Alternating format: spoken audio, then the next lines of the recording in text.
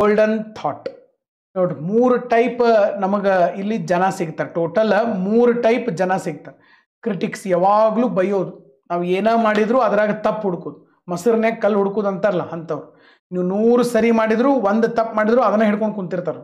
ಇನ್ನು ಕೆಲವು ಜನ ನೆಕ್ಸ್ಟ್ ಏನಾಗ್ತೈತೆ ಅನ್ನೋದನ್ನ ಥಿಂಕ್ ಮಾಡ್ತಾರೆ. ಓ ಹಿಂಗೆ ಮಾಡ್ಬೇಕು ಹಂಗೆ ಮಾಡ್ಬೇಕು ಥಿಂಕ್ ಮಾಡ್ತಾರೆ ಅಷ್ಟೆ. ಕೆಲವು ಜನ ಸರ್ ಕ್ರಿಟಿಕ್ಸ್ಗಳನ್ನು ಎದುರಿಸ್ತಾರೆ, ಥಿಂಕು ಮಾಡ್ತಾರೆ, ಮತ್ತು ರಿಯಲ್ ಕೆಲಸ ಮಾಡ್ತಾರೆ. ಇವ್ರು ಭಾಳ ಕಡಿಮೆ. ಇಲ್ಲ ಅದಕ್ಕೆ ವರ್ಲ್ಡ್ ಮ್ಯಾಪ್ ಹಾಕ್ಯಾರ. ಕೆಲಸ ಮಾಡೋರು ಎಲ್ಲಿಗೋ ಒಬ್ಬೊಬ್ರು ಕಂಡು ಬರ್ತಾರೆ ಅಷ್ಟೆ. ಥಿಂಕ್ ಮಾಡೋರು ಸ್ವಲ್ಪ ಜಾಸ್ತಿ ಅದಾರ. ಬಟ್ ಇದ್ರಿ ಜಗತ್ನಾಗ ಭಾಳ ಜನ ಬರೀ ಕ್ರಿಟಿಕ್ಸ್. ಅವ್ ಹಂಗೆ ಮಾಡ್ದ, ಇವ್ ಹಿಂಗೆ ಮಾಡ್ದ, ಅದ್ಯಾಕೆ ಹಂಗೈತಿ, ಇದ್ಯಾಕೆ ಹಿಂಗೈತಿ ಇಂಥವ್ರು. ಇನ್ನೊಬ್ಬರ ಬಗ್ಗೆ ಸರ್ ನೆಗೆಟಿವ್ ಮಾತಾಡ್ಕೊಂತ ಹೋಗೋವ್ರನೇ ಭಾಳ ಜನ ಅದಾರ. ಕೆಲವು ಜನ ಥಿಂಕ್ ಮಾಡ್ತಾರ, ಅದು ಕಾರ್ಯರೂಪಕ್ಕೆ ತರಕ್ಕೆ ಹೋಗೋದಿಲ್ಲ. ಅರ್ಥ ಆಗ್ತಾ ಇದೆ?